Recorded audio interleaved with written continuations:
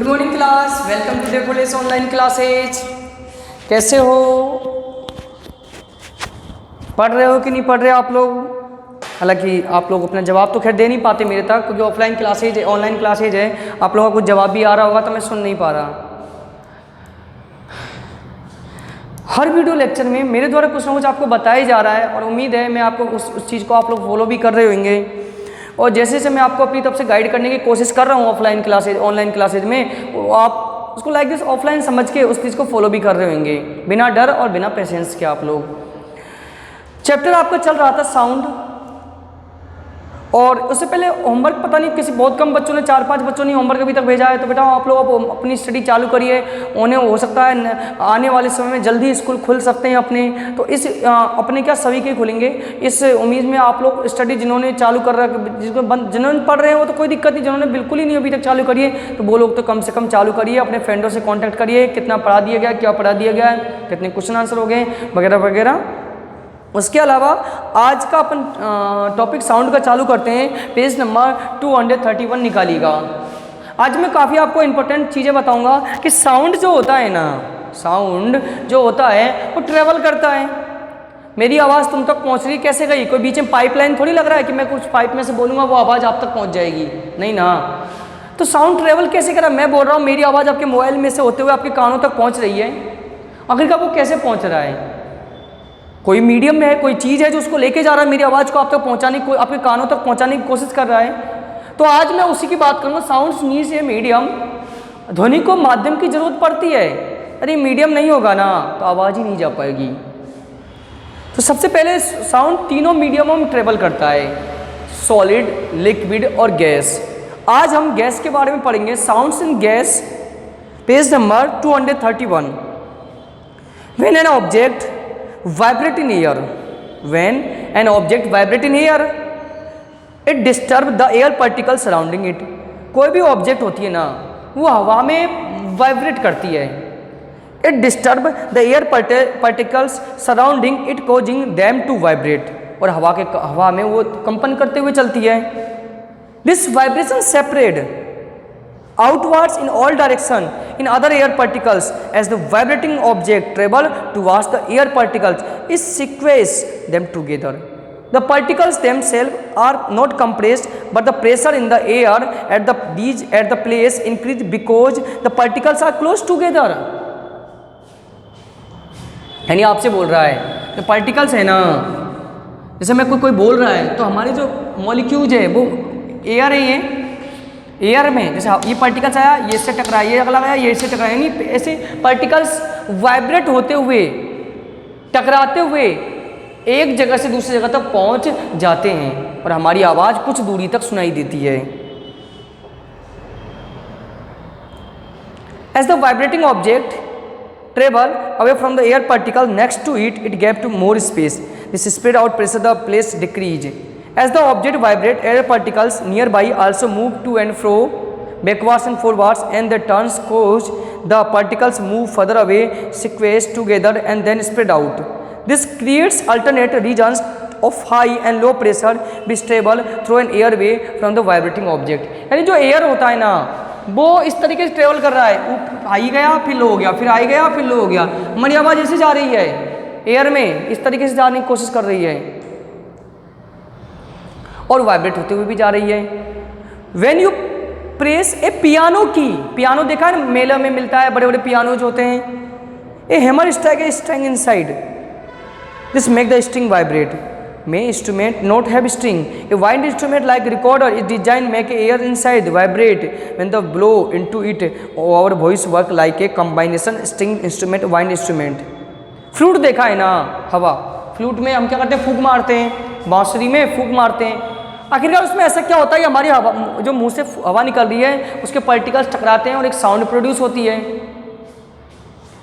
Our voice works like a combination of a string instrument and wind instrument. Air from the wind pipe travels through a voice box, way out air voice box contains voice vocal cord।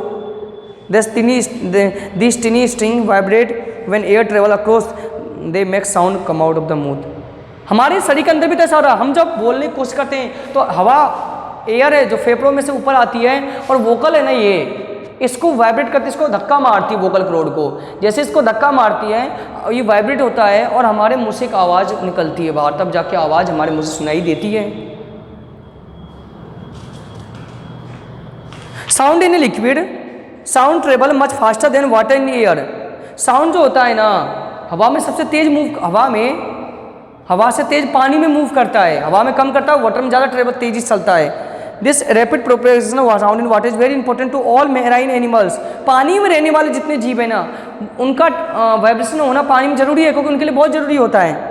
Whales are dolphin, they used to communicate with one another underwater even they are far apart. Whales और dolphin ये आपस में ऐसी communication करते हैं, बातें करते हैं वाइब्रेशन के द्वारा।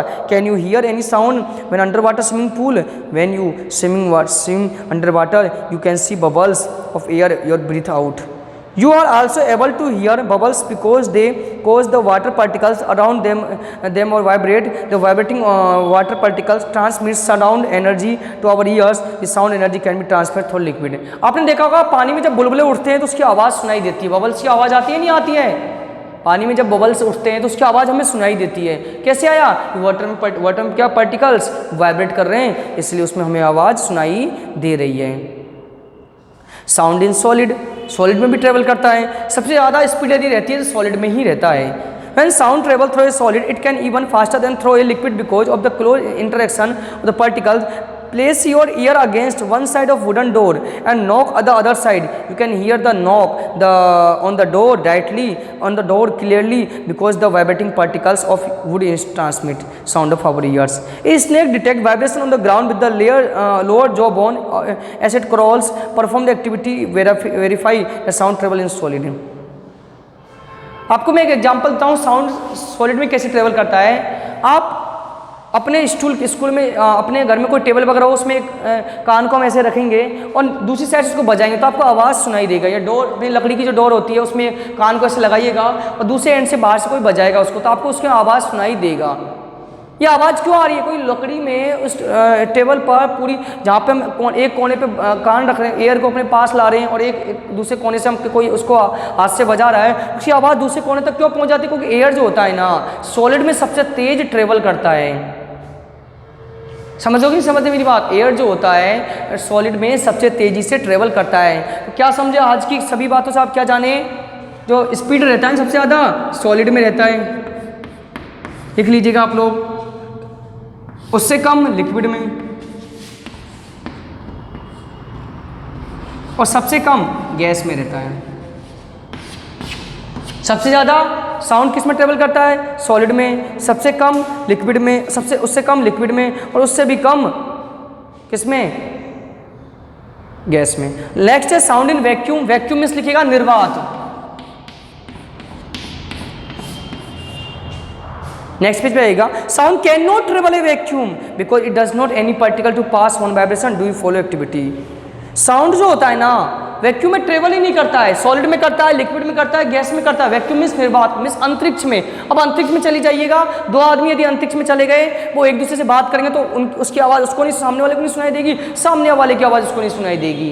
वो आपस में बात ही नहीं कर पाती स्पेस में। स्पेस में जो होते हैं ना, हम लोग यदि मान लो हम चंद्रमा पे खड़े हैं, मान के चलो मून पे गए, हम वहाँ पे खड़े, हम दो जने गए, हम दोनों एक दूसरे से बात बोलेंगे जरूर, लेकिन हमारी आवाज़ सामने वाले तक नहीं पहुंच पाई, सामने वाले की आवाज़ हमारे तक नहीं पहुंच पाई, क्योंकि हम दोनों के बीच में कोई हवा नहीं है, एयर अवेलेबल ही नहीं है ऊपर।